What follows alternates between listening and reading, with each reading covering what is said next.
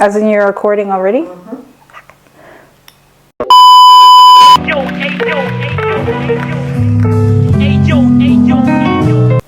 Not sure how to start freelancing?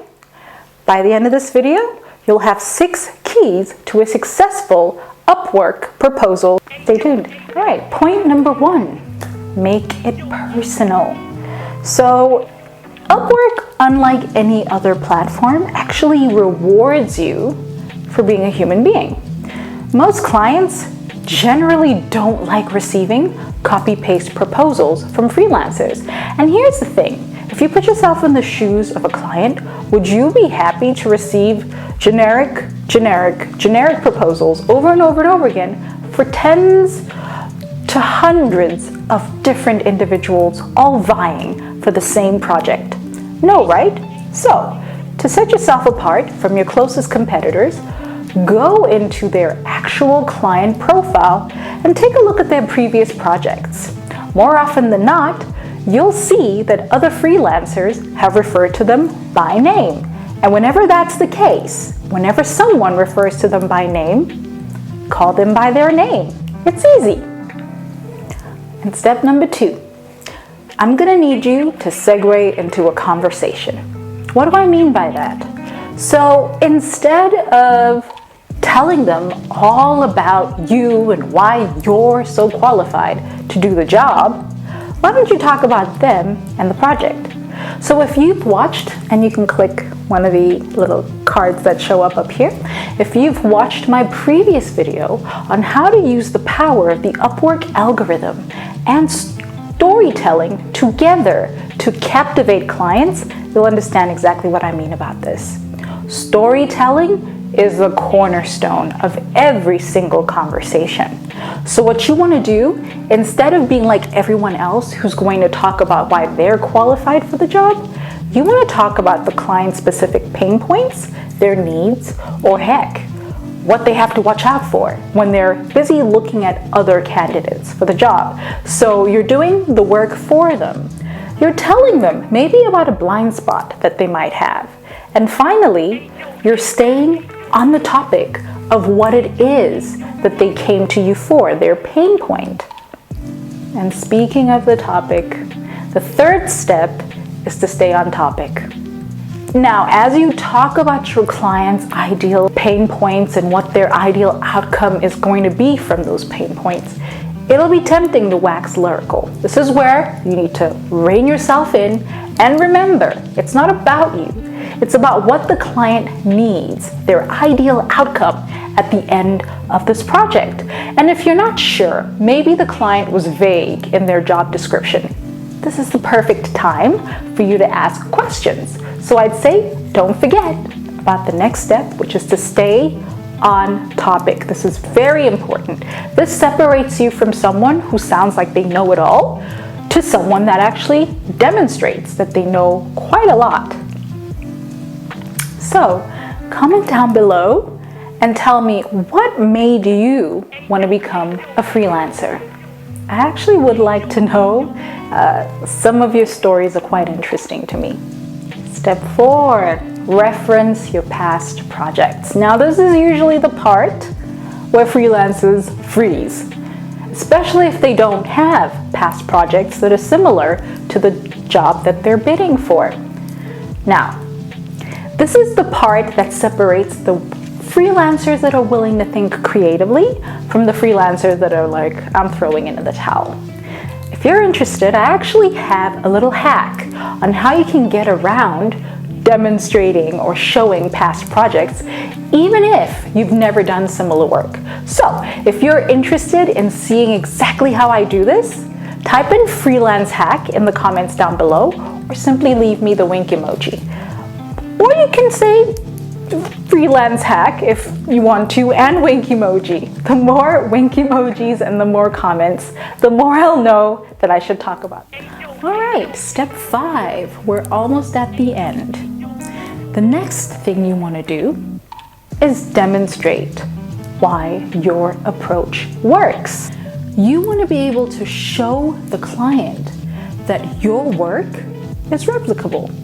And the only way to show that something is replicable is nice to have a system. So if you say, I don't have a system to, for example, as a copywriter, write case studies, maybe it's time for you to dissect your case studies, reverse engineer them, and see what makes your best case studies the best. Now you have a formula. Now you have a system. And now any client that comes to you will come with the confidence that your results will be replicable. And if they refer another person to you, they can do that with the confidence that they're going to get the same quality product from you that someone else received. So remember, you want to demonstrate that you have a system and why your way works. And that's it. All right, and the final step, you've made it this far, guys. You want to summarize what your clients' needs are as you've understood them. So clients are human. They want to know that you have heard them and they've been understood. So sometimes that means when you repeat back what they've requested, they remember, oh, I also wanted this. Oh, I also wanted the following. So it acts as a prompt for them to make sure that you're both on the same page. And a final thing I'd like to remind you of is your please and thank you. Clients love it when a freelancer says thank you. Thank you for this opportunity. I'm so excited to hear what else you have to say. I'm looking forward to any other questions you might have for me. I can't wait to hear back from you again. Thanks again for reaching out. All of that will get you much further through the door than someone else who writes a generic proposal that they've created from a template. And by the way, have you noticed the informal nature of every single one of these steps? That's another secret. Majority of the clients, your clients, especially on platforms like Upwork or Fiverr or Freelancer, don't want to be referred to as dear sir or dear madam. None of us are sirs or madams unless we're in trouble with the law or the tax man or we have a letter in the mail. So just try to avoid that. Try hello, whatever your name is, or hi there if you don't know their name. Okay guys, now you know what I do when I send my proposals to get the clients that maybe you might have wanted. Sorry, I stole your client. So now you're probably wondering, this is going to get me clients within 2 days, right? Yes. What do I do when the client messages me back with additional questions? Well, guess what?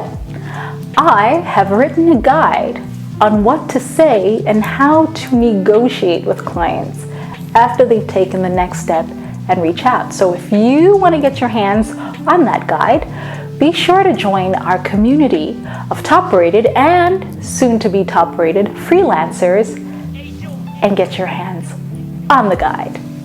Click on the pinned comment down below to join our group, and as a bonus, you'll receive another free gift from me. We can't wait to see you in our community.